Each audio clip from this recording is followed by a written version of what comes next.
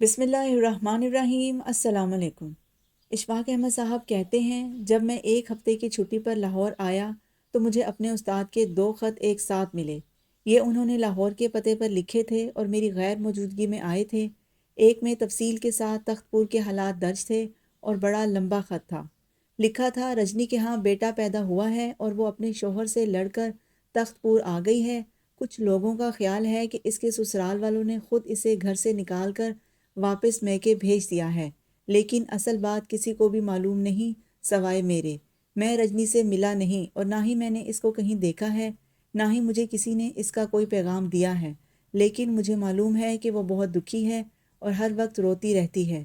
تم پوچھو گے کہ مجھے یہ سب کچھ کیسے معلوم ہوا، تو سنو کہ آدھی رات کے وقت اس کا گھر والا میرے چوبارے میں آ کر ہاتھ باندھ کر کھڑا ہو گیا اور روتے ہوئے بولا، رجنی کو بچا لو، نہیں تو وہ رو رو کر اپنی جان دے دے گی، تمہارا تو کچھ نہیں جائے گا، میرا سنسار اجڑ جائے گا۔ وہ تم سے پریم کرتی ہے اور ہر گھڑی تمہاری یاد میں ڈوبی رہتی ہے۔ میں نے اس کو ٹھنڈا پانی پلایا، موڑے پر بٹھایا، کندھے پر ہاتھ رکھا، تسلی دی اور پوچھا، تم ہی بتاؤ اس سلسلے میں تمہاری یا رجنی کی کیا مدد کر سکتا ہوں؟ اس نے کہا، تم بھی اس سے اتنا ہی پریم جتاؤ جتنا وہ جتاتی ہے، تم بھی اس کو اتنا یاد کرو جتنا وہ کرتی ہے، جیسے خیالوں میں وہ ڈوبی رہتی ہے ایسے ہی تم بھی ڈوبو۔ میں نے ہنس کر کہا، یہ کیسے ہو سکتا ہے پنڈت جی، وہ تمہارے پاس بھاگسر میں ہے، میں یہاں تخت پور میں، اس کو کیسے یقین دلاؤں کہ میں ہر وقت اس کے وچاروں میں ڈوبا رہتا ہوں اور اس سے پریم کرتا ہوں؟ اس نے رو کر کہا، رجنی نے دھرم تاج کر لیا ہے اور وہ مسلمان ہو گئی ہے، اس کا دل مکے سے اٹک گیا ہے اور اس کے اندر سے مکے مدینے کی ناد آتی ہے، میں نے اس کے سینے سے کان لگا کر خود سنی ہے۔ میں نے کہا، یہ تمہارا وہم ہے، ایسی کوئی بات نہیں۔ بعض اوقات خیال کے زور پر ایسی آوازیں آنے لگتی ہیں، لیکن اس نے میری بات نہیں مانی اور اپنے کہنے پر اڑا رہا کہ رجنی کے اندر ناد اللہ بچتی ہے۔ میرا خیال ہے اس کا دماغ پھر گیا ہے اور وہ اپنی جگہ سے ہل گیا ہے۔ اگر تم یہاں ہوتے تو مجھے بڑا سہارا ملتا، لیکن اب میں بالکل اکیلا ہو گیا ہوں۔ سارا دن اپنے کمرے میں لیٹے رہنا، شام کو نہا دھو کر پھر لیٹ جانا، صبح اٹھ کر منہ ہاتھ دھونا، مسواک کرنا اور پھر لیٹ جانا، شام کو اگر طبیعت مان جائے تو تھوڑا سا ریاض، نہیں تو پھر اسی طرح سے در و دیوار کو گھورتے گھورتے رات تک پہنچ جانا۔ اشفاق احمد صاحب کہتے ہیں، میرے استاد ماسٹر بالی بات تو خوب کرتے تھے، لیکن میں نے ان کی تحریر اس سے پہلے ایسی نہ دیکھی تھی۔ تنہائی نے، اداسی نے اور مجبوری نے اور انسانوں کے ایک بڑے سمندر میں بالکل الگ تھلگ ہونے کی وجہ سے ان کی تحریر میں ایک اور طرح کی سوچ ابھر آئی تھی اور وہ اچھے خاصے لکھاری بن گئے تھے۔ خط میں لکھا تھا کہ لچو بساتی مر گیا ہے اور اس کے بیٹے گوارتی دتے نے دکان سنبھال لی ہے۔ دکان سنبھالنے کے بعد سب سے پہلا کام اس نے یہ کیا کہ میرے چبارے کا کرایہ 5 روپے بڑھا دیا۔ میں خوش ہوں کہ اس نے 5 روپے ہی بڑھائے، زیادہ بڑھا دیتا تو میں اس کا کیا بگاڑ لیتا۔ تخت پور میں پنڈی اور منٹگمری کے بہت سے شرناٹھی آ گئے ہیں اور انہوں نے سارے شہر کو گندا کر دیا ہے، کچھ نئی دیواریں اٹھا لی ہیں، کچھ نفرتیں بڑھا لی ہیں۔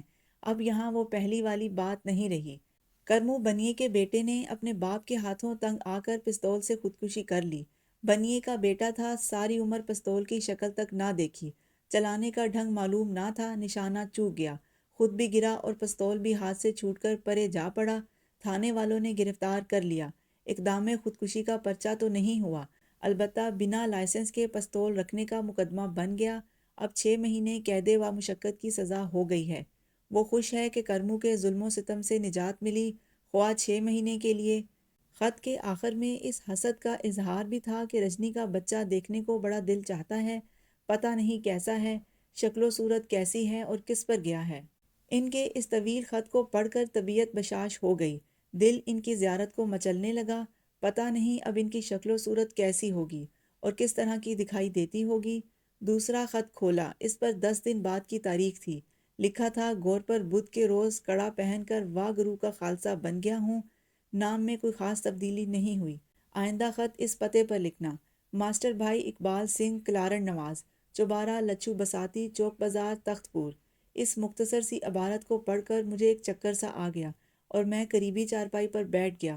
ماں نے قریب آ کر میرے ماتھے پر ہاتھ رکھا اور گھبرا کر بولی، کیا بات ہے، تیرا پنڈا تو بالکل برف ہو گیا ہے۔ میں نے ماں کا ہاتھ پرے دھکیل کر منہ موڑ لیا، لیکن ادھر بھائی اقبال سنگھ کھڑا تھا۔ اس سارے واقعے کے بعد میں دوبارہ آزاد کشمیر پہنچ گیا۔ چھٹیاں ختم ہو گئی تھیں۔ آزاد کشمیر ریڈیو واپس پہنچ کر کام تو شروع کر دیا، لیکن اندر ایک موت سی واقعہ ہو گئی تھی۔ دل میں ہر وقت ایک غم کی چادر سی بچھی رہتی تھی۔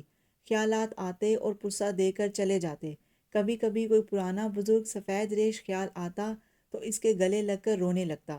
اشفاق احمد صاحب کہتے ہیں یوسف ظفر کو یقین ہو گیا تھا کہ مجھے کسی سے عشق ہو گیا ہے اور اس نے میری محبت کے ہاتھ کو اپنے دامن سے جھٹک دیا ہے۔ محمد حسین بہت ہی جذباتی اور مشفق قسم کا انسان تھا۔ وہ مجھے چھوٹے چھوٹے ہوٹلوں پر چائے پلاتا، ساتھ گھماتا، میرا ہاتھ پکڑ کر بار بار کہتا اپنے اندر کی بات ایک مرتبہ تو بتا دے، اپنے دکھ کا اظہار کر کے تو دیکھ، ہم تیرے دوست ہیں، نہ کرنی بھی کر کے دکھا دیں گے، جان بھی لڑا دیں گے، ہر مشکل میں تیرا ساتھ دیں گے، کہ ہم بھاگ جانے والوں میں سے نہیں، لیکن تو کچھ کہہ تو صحیح۔ اب میں اسے کیا کہتا اور کیا بتاتا اور کدھر سے کہانی شروع کرتا کہ وہ میرے غم میں شریک ہو کر میرے دکھ کا مداوع کرتا اور ماسٹر بالی کے نئے پتے میں اس کا نام پرانی املا پر لوٹا دیتا۔ بڑا بوجھ تھا جو دن بہ دن بڑھتا ہی چلا جاتا تھا۔ سارا دن خاموش رہتا اور شام کو ہوٹل کے کمرے میں لے جا کر آنسو میں بھگو دیتا۔ میں کوئی ایسا خاص مسلمان بھی نہیں تھا، خاص کیا ایک عام سا مسلمان بھی نہیں تھا، نہ مذہب کے بارے میں کچھ پڑھا تھا اور نہ ہی سوچا تھا۔ پھر پتہ نہیں کیوں استاد کی اس تبدیلی مذہب نے میرے دل پر آری سی چلا دی تھی۔ چلا کیا دی تھی، ہر وقت چلتی رہتی تھی۔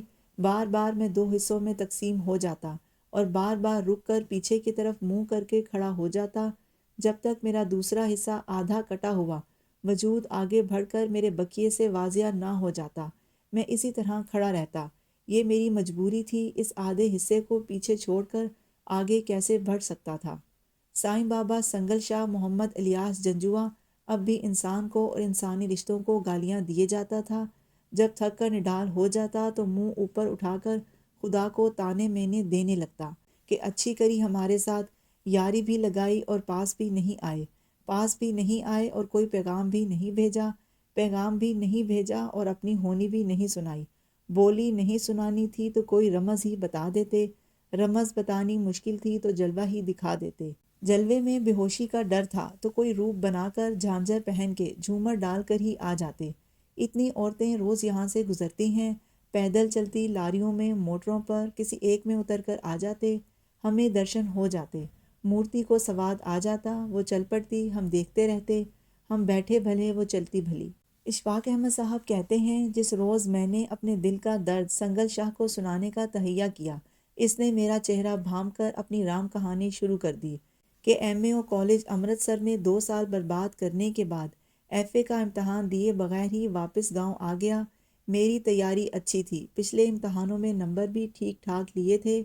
پروفیسر حضرات میری ہائی سیکنڈ ڈویژن مان کر کالج کی پرسنٹیج کا حساب نکالتے تھے اور میں کم از کم بی اے ضرور کرنا چاہتا تھا، لیکن میں مجبور ہو کر سالانہ امتحان سے 5 دن پہلے گاؤں واپس آ گیا۔